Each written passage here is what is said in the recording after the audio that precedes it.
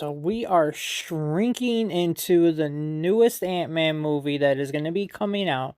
So with that coming out, hopefully at the time of me, releasing this video, I'm hoping that this video comes out on time. My plan is to get this out in time for the movie to have it come out at least that for like February 17th is my plan. So I hope I can get it out for then so it'll be in the same weekend as the movie. And then I'm going to do the second one, Ant-Man and the Wasp, the very next. I'm going to do that. That's going to be the next week. So as long as everything goes according to plan, that's what I want to do. Whether it will go that way, I have no idea. But I'm hoping that it works that way. So, before we get into this movie, we have to meet the cast like always. So, we have Paul Rudd as Scott Lang and Ant-Man. We got Michael Douglas as Dr. Hank Pym. Angeline Lilly as Hope Van Dyne. We got Corey Stoll as Darren Cross and the Yellow Jacket. Bobby Cannavale as Paxton. Wow, I could not say that right. We got Judy Greer as Maggie Lang, Abby Ryder Fortson as Cassie Lang, Michael Pena as Luis, David Melchin. God, I know his name, I just cannot get it perfect here. I'm sorry. As Kurt, we got T.I. as Dave, and then the movie is directed by Payne Reed. Edgar Wright actually was he does have a writing credit for this movie because at one point he was the guy who was directing this movie, and I really wish we got to see that movie because I'm a huge fan of his movies. I'd say almost a majority of the movies that he has put out, I have loved almost all of them, at least the ones that I've seen. I can't say I've seen all of his movies yet, but um it would have been nice to see what kind of Ant-Man movie he would have done, but sadly we don't get to see that film, and we are focusing on the film that did end up getting made. So, the movie starts off in the flashback in 1989 where Dr. Pym ends up finding out that Shield is taking his shrinking particles, and and they're trying to, come up with their own formula. Well, obviously that rubs him the wrong way, so he's not a huge fan of that. So he's all pissed off, punching people around, slamming their faces in the ground, just not a happy man, because who would be happy about that? They're stealing your shit. Not cool. That's a dick move. So after that fun flashback, we end up getting to meet our main character, Scott Lang, who is in prison and going through the ritual of getting punched in the face, because apparently that's just how you say goodbye in prison. Weirdest thing ever. So, as he's being released from prison, his cellmate back in the joints was Luis, so he ends up picking him up, helping him out, getting him a ride home, telling him all the great, lovely things that have gone terribly wrong for him, but hey, at least he's got the van, At least he has the van, so at least there's that for Luis. So Scott ends up getting a job at Baskin Robbins, and of course, Baskin Robbins finds out that he did some time in jail and that he's a convicted felon and his name is not whatever name he has on his name tag. Because, Baskin Robbins, they always find out, you can't hide anything from them. So, yeah, kind of sucks being a convict. You really can't get much of a job, really. You either lie on your application or just hope that they give you a chance, because you ain't going to get many of them, unfortunately. It kind of sucks, but at the same time, that's just how it goes. So, as he's on his way home, Luis meets him to a couple of guys here. That's where we get to learn who Kurt and Dave are, and, Luis is giving him all these details, and he's like, why are you telling these people all about my junk? Why are you telling them about my history? They don't need to know all this, and Luis obviously wants him to be part of the gang and pull off one more job. And he's like, no, I can't do that. I gotta think about Cassie. I gotta worry about her. Obviously his ex won't let him have visitation rights with Cassie until he gets himself right, gets his own apartment, has paid child support. So until he can do all that, there's no chance that he'll ever be able to be with Cassie, So obviously he's got to try and figure out a way about doing that. So as that's all going on, we get to meet our villain of the movie, Darren Cross, who is a prodigy of Hank Pym. Or an assistant. He was handpicked by Hank Pym, and basically Pym just kind of turned his back on him in a way. But Darren Cross has been trying to replicate the formula for the shrinking particles, and he's just had no success with it. And he was always told that the Ant-Man stories were fake and that they weren't real. Tales to astonish, as he says it. Throwing some throwing some old Easter eggs out there. And Darren finally finds proof that Hank Pym was the OG Ant-Man, and he's saying that the stories were true. Like, why couldn't you tell me this? And all Hank is thinking, like, look, Darren, you don't want to be meddling in this stuff. Don't try it. Just leave it alone. Throw it in the past. Don't even worry about it. So we get back to Scott, and obviously Scott's crunching the numbers, and the only way he can see Cassie is if he can find himself a good job. Well, Luis is about to give him a good paying job because, through his story of all these connections, which who doesn't love the Luis stories? Like, those are probably the best parts of these movies sometimes, Depending on, I guess, your mood. But I always enjoy hearing them and him going through all this crazy tangent of what could have been a simple, oh yeah, we got a job from this info, and that would have been it. But I love that he goes into detail like that. Is to break into this bank, or not this bank, is to um break into this house and break into the safe. So Scott is basically put to the test here, and using all the skills he can, finding the fingerprint with the tape, oiling it, make its own fingerprint, and freezing the safe. Like, he's using all of his mental capacity skills here. Like, he is going full blown high tech knowledge of everything here. But breaks into the safe, finding out that it's just an old biker suit. It ain't nothing really important. But he still ends up taking it either way. So I don't get why, if it wasn't really all that important, why would you even end up taking it? What was the point of it? Why would you even want to bother with it? So ends up taking it. He ends up having himself a little adventure with this because he tests out the suit and finds out that the suit was not what he expected. He goes on this little shrinking ride and almost immediately regrets his decisions right away. Like, he just knew right away, like, oh god, this was a very bad idea. I should not have done this. I should not have taken it. And he ends up taking the suit back. He's like, he doesn't want it. He's like, I don't want it. Don't want anything to deal with it. Well, of course, his luck, he ends up getting arrested, and the cops happen to get there almost at the exact perfect time as he was putting the suit back. So Paxton's disappointed in him because, he ended up getting caught and he's now thrown back in jail, and he's like, hey, they were really counting on you. They really were hoping that you would end up, turn it around, but it's going to break their hearts. So Hank comes in there and tries to bust them out of there and, like, letting them know, hey, you have a couple of choices here. You could either go back to your cell and wait for further instructions, or you can ignore me and just go to prison and never see your daughter ever again. So which is it? You make the decision here. So obviously he's going to pick the decision of being the Ant-Man, because you'd be stupid not to do that decision, I mean, you'd be dumb not to do. Like, why would you want to go to prison and be away from your kid? Like, that's just dumb. So ends up putting the suit on, ends up escaping, and passes out because, he's going super high, can't take the altitude. Like, it's just a crazy fun ride that we get to see him as he is escaping on a ant that's flying, and or a carpenter ant. I think it's a carpenter ant, if I recall. I'm not 100% sure on that one, but I'm pretty sure that is a carpenter. So he ends up waking up in Hank's house, and Hope is not a fan of him at all.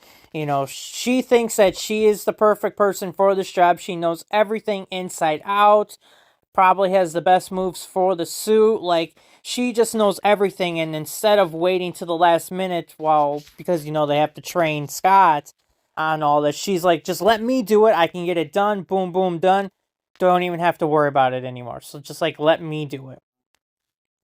So, of course, Hank doesn't want that to happen because he doesn't want to lose his daughter, you know? He wants to keep her safe, so he'd rather use Scott as it instead. So, he goes through his little montage of training on figuring out the intricates of the suit and figuring out how to make it work, how to shrink, enlarge, you know, when to use it at the right time, how to guide the ants into doing what he wants them to do, and everything like that. So, figuring that out, obviously again he ends up bringing it all together and roll it into a perfect, you know, combination of success, you know. But Hank has got one more test for him, and he's got to steal a part that is stuck in a Stark building. You know, it's just some Stark building that's just collecting dust, and Hank is like, it'll be an easy in and out, no problems. Well, Hank's intel isn't updated, and he doesn't realize that this is the Avengers compound now. You know, after Avengers Ultron, Age of Ultron, I believe it was, they moved to out of state and or the out of the city, and now they're in outside of New York or something like that. I don't remember the exact coordinates of that, but yeah, so that's the new Avengers compound. So now he's breaking into this compound instead of what he thought was going to be a simple steal and be done. But now he's got to fight the Falcon, who is on security watch, getting his butt kicked as he's fighting Scott, which he holds his own for a while, but he does end up getting his butt kicked at the end because, you know, Scott's too clever for this man. But something that should have been easy wasn't easy. Hank is pissed because he could have jeopardized the whole plan, but Scott ends up finding, you know, he's like, look, I ended up getting the part anyway, so don't even worry about it. Don't even trip, dog. Like, I was able to figure it out. So as they are celebrating this huge monument success, you know, that Scott was able to do, Darren Cross decides to make a stop by and be like, well, hey there, boss, or old buddy, old pal of mine. Just wanted to say hi and say, hope that you're going to be there at my presentation the next day, you know? Hoping that you'll be there for me. Basically, he was there just to see. Well, we find out that he was there to actually kill Hank that night. You know, he wanted to actually kill Hank. But, you know, he asks Hank, like, why did you end up picking me? You know, if you're just going to push me away, why did you even bother picking me as a prodigy? Like, why did you pick me as a student? And Hank tells him, like, look, I saw myself in you, but that's also the same reason on why I basically had to let you go and I pushed you away because I saw too much of me in you, you know? I didn't want that. I didn't want you to be me, basically, you know, and ruin your life. I wanted you to be your own person and succeed and not fail like I did. So that was why he pushed him away. Well, Darren sees it as something completely different. He's not super happy about it. So he calls Hope and lets her know, like, look, triple security, double it up, like, secure this, like, it works, you know, like, he is super paranoid about this because he thinks Hank's gonna do something, which obviously he does. So, with now all of this stuff going on now they're going to need some new people to help them in here because now they can't do it by themselves. They're going to need some help. So they call Luis and the gang to get their help. You know, we got to have our guy, you know, Luis, you know, impersonating a guard so they can have an inside man, then having T.I. as a getaway driver, and then Kurt as the tech guy to help him shut off the laser so he can steal the suit.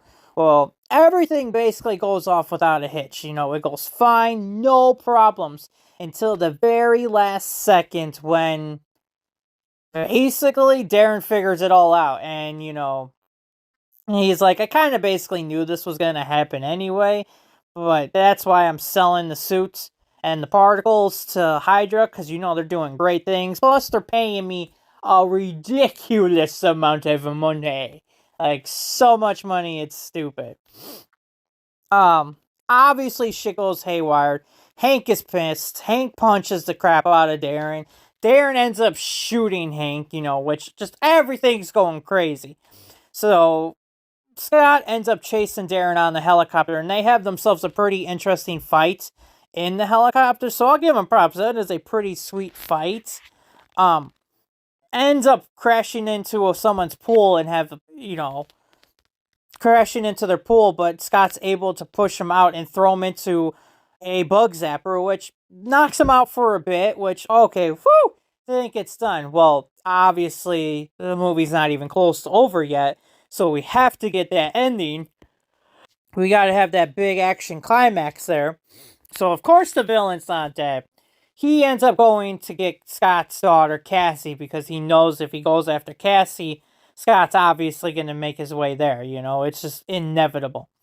So they have themselves another pretty awesome fight here, which I got to give them props for. It really is entertaining what they do with them as small ant-sized people. Like they really figure out interesting action scenes. So I'll give them that. So the only way Scott will be able to even beat Darren at this point is if he goes through the molecules, like Hank told him on how his wife Janet disappeared because she had to shrink through the atoms and the molecules in order to disarm the bomb.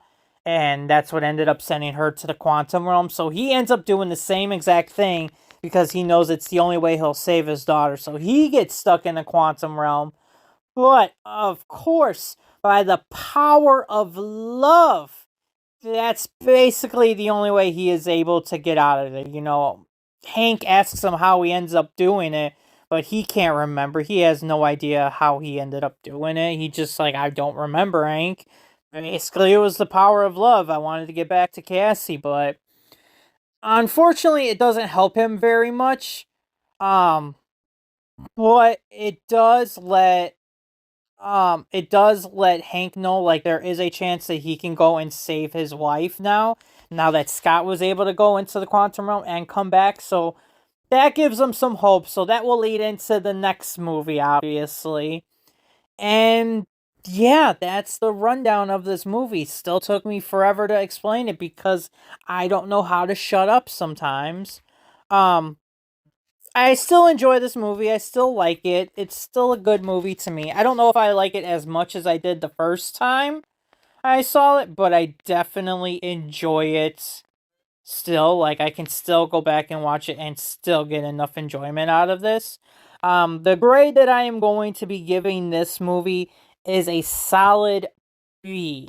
I do enjoy this movie very much, and even on the Rotten Tomatoes, it got itself an 83 and an 85. So clearly people are thinking about the same thing of how I was thinking. It's in that area there.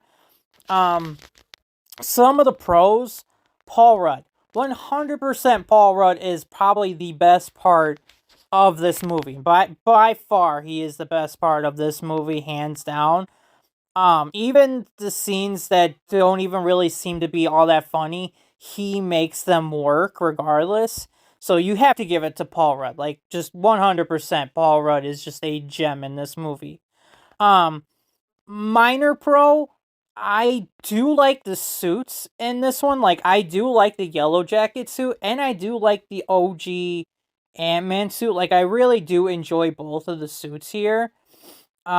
It's just a small pro. It's not a huge one or anything like that.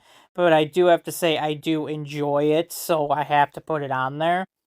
Um, the Luis stories. I love the stories that he talks about. Like, he ends up having two in this movie, and both of them are scene stealers. Like, 100%, I just enjoy these. Like, if these were in every movie, I think I'd be okay with it, Maybe not every single movie, because that'd be kind of dumb, but I don't know if we're going to see one in the new Ant-Man movie, which would kind of suck. Yeah, we might not see it, but I don't think he's even in this one, so there's probably a chance we're not going to see it, unfortunately, which, hey, at least we got a couple of them, and I enjoyed all of them that we got. None of them were dull. They all made me laugh, and I enjoyed all of them. Um, And then my last pro is I like how Scott and the ants work together. I like how he was able to use their certain skills in particular ways and made those, made the ants work for his benefit, using these ants for the electrical grid, using these ants to build up and send them up into the sinks and like in the pipes. Like it was just a very interesting way on how him and the ants connected together and bonded in a way, basically being like ants and all working together. So I really did like how that all worked together. It was pretty neat to see, and it made those scenes even better. Like I really did like those scenes as well. It was kind of nice to see something like that. Um some of the cons. Obviously, the villain, he's not a very good villain, unfortunately. Um he's just kind of like he's just kind of bland. Like there's nothing really that sticks out about him other than maybe his suit. His suit's probably the best part of him by far, I would have to say. But other than that, he's just a no, same powers as the hero type of villain. Like there's nothing really much to say. Um Not having Hope help at all. I know she was there training Scott and all of this, but to not include her at all kind of sucks. Like, she doesn't do anything really to help out with the heist.